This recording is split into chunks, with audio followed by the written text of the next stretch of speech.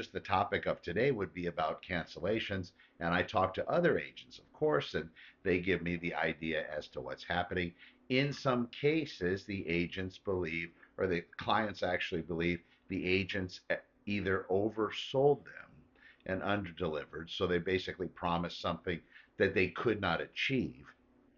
And the other one has to do with just not being upfront and transparent with the client. And of course, it's a lot of times that could be a misunderstanding, but that's why it's very important for the buyers and sellers of the world when they're dealing with anybody, any sales professional, whether it's in real estate or some other venture, make sure that you back up whatever you're being told in writing and make sure you make it very clear with them.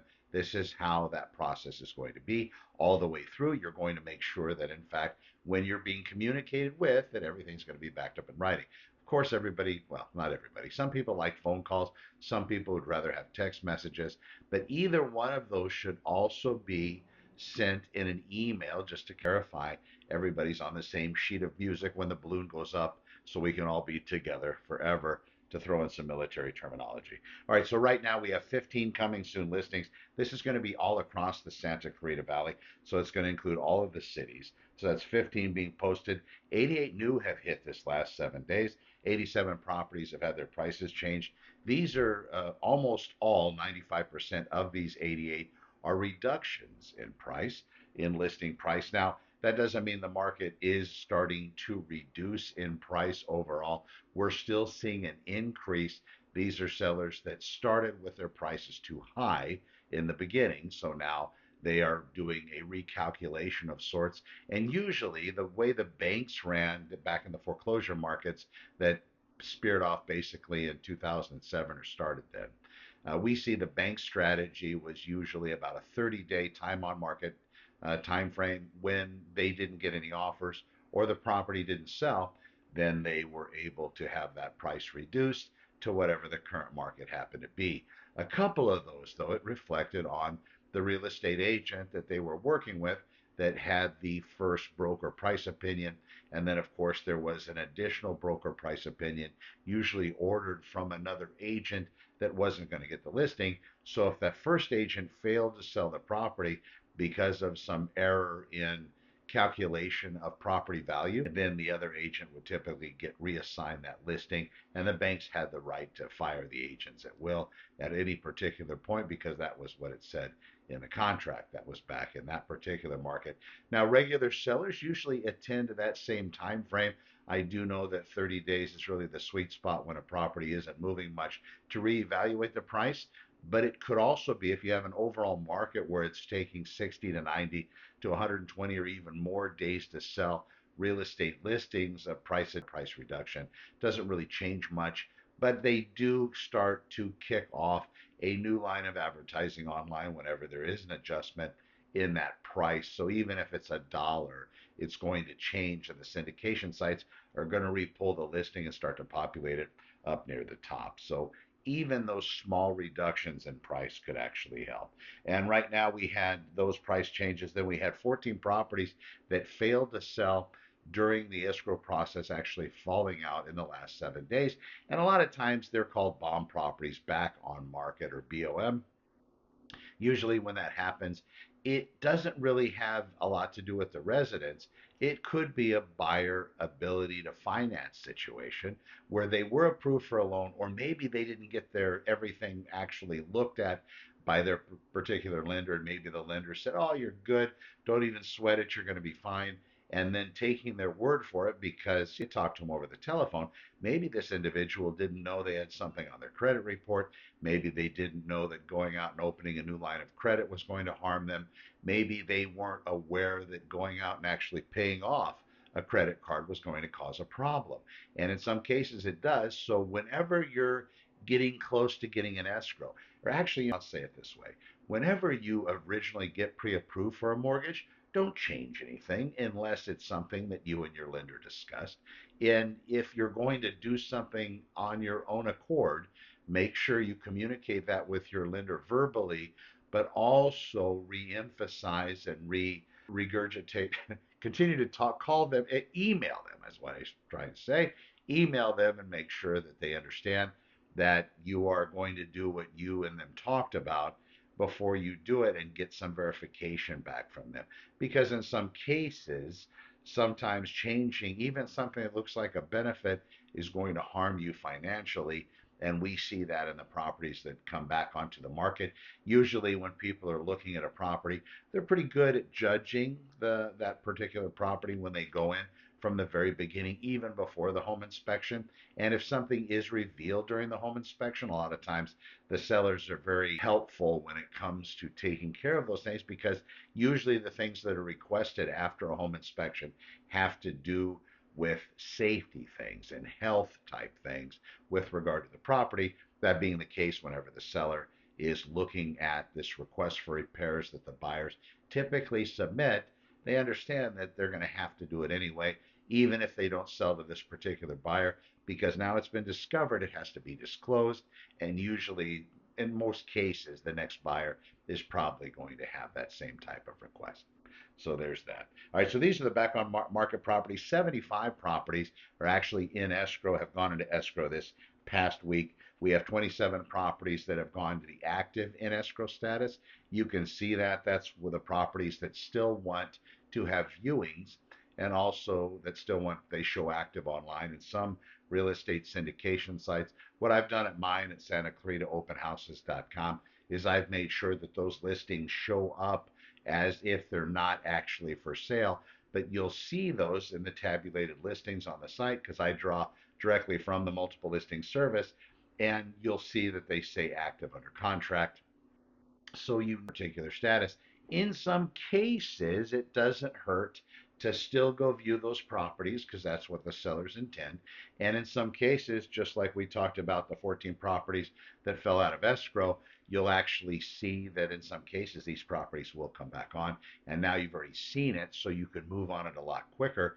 Typically, that second go around into escrow, if they had a high drive on that property, lots of viewings, maybe multiple offers, usually some of those buyers are still going to be around. But if you didn't submit at that time, or maybe you lost out, that's a good time for your agent to jump on it again and say, listen, we're very interested in the property. Having said that, even while a property's in escrow, if you had a lot of intention with regard to wanting to purchase it, but your offer wasn't accepted, or maybe you didn't write, make sure your agent also follows up with that seller, especially if it's just one of those houses that you had to have, but it just didn't work out for you. That's good to know, because you can have your agent continue to follow up with the listing agent or the seller's agent and say, hey, client's still interested. What's going on? I can't tell you. At least a dozen times this has happened to me, at least a dozen, where I've actually called up with the intention of just checking in, even on properties where the buyer that I was representing had not submitted an offer, but just following up with the agent saying, hey, it's Connor, listen, property that you have listed that you're in escrow. Now's about the time that probably the inspections are being close to be done, or they are done. What's going on with it? Oh, I'm surprised you called. Yeah, actually going to cancel escrow because the buyer lost their financing or some other issue. Oh my God. I say perfect. And because of my diligence in calling, usually the offer that's then submitted next by me on behalf of my client is pretty solid. Of course, there might have been other offers that were in backup, and the seller can choose whether or not to get in line with them and ask them to come up to the table. But typically, that agent's going to say, well, called. It's not very rare in the real estate industry to have a real estate agent that's doing the due diligence and actually doing extra work that they might need to be doing. They actually called. He was interested. His clients really want the property. They've already seen it. Sometimes that actually works out in a very good and very beneficial way for the buyers out there that have agents that are on the stick with regard to that, and so on and so forth. So that worked out great. Okay, so let's look at 8. We have 8 properties that sold, 8 expired, 8 canceled, triple 8. I guess that's good luck in some circles. 13 properties have been on hold, and 7 properties have been withdrawn, taken off of the market. One of the things that I will tell you, another of the many things, whenever you get prepared to want to look at real estate, make sure you get that pre-approval done early, even before you go out and look, because it sucks to go out there and see properties that are way above what you thought you could qualify for. And maybe you could qualify for the amount, but maybe that payment just looks completely ugly to you and you don't want to even get close to it. So maybe you're shaving off a couple $100,000. But now you've already seen those other properties. don't get, at least at your first time buying a house, don't go so far that you make yourself mortgage poor. You have the rest of your life to create that issue for yourself.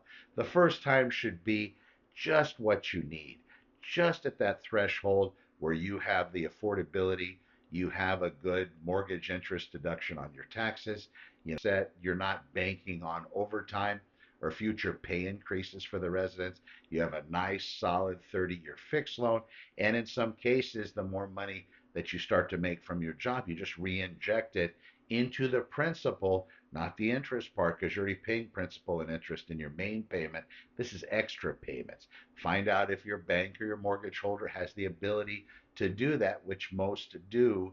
Just make sure that if you're writing a check for $50 a week or every couple of weeks, that it's going towards principal. You'll be surprised at how fast you can shave down a 30-year mortgage even less and get your house paid off faster. And of course, there's always refinancing into a 15-year, 20 or a 10-year loan, but it costs money.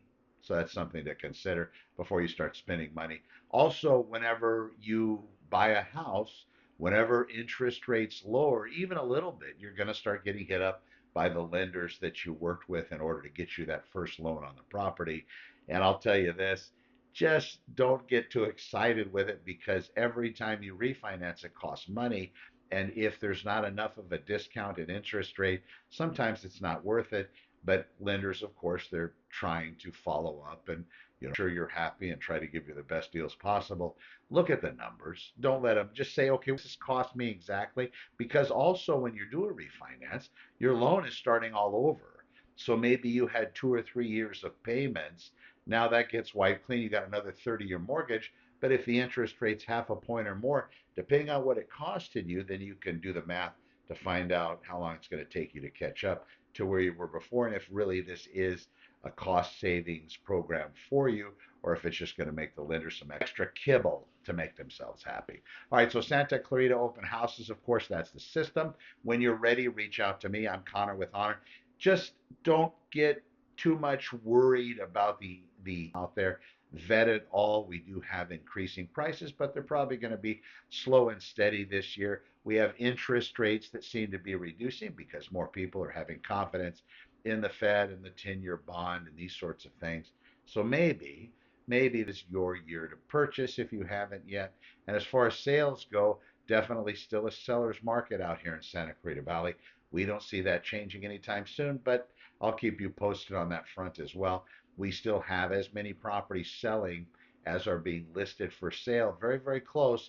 We are close to 600 units, active units for sale, and we'll probably be about 650 or 700 by the time we get here in the next couple of months. That still isn't an oversupply because we have that much of a buyer drive out here, and buyers are buying in Santa Clarita for a lot of different reasons. Some of them are for the schools, some of them because they just like the community. They like the safety feel that it offers. They like the law enforcement agency that's out here running things, Los Angeles County Sheriff's Department. They love the county fire apparatus, the life saving, the ambulance services, hospitals, the whole 9 yards. That's something that people move out here for. Plus, when you get out here, you can go around to the mall, you go around to the parks. There's a lot of paseos. There's good freeway access from every city out here, and there's a lot of different avenues to get down to the San Fernando Valley, even when we have some tragedy strike and the freeway shut down for whatever reason. There's a few different ways to get back down into the valley if that's where you have to go. I'm Connor with Honor. We'll see you in the next one, and thanks for watching.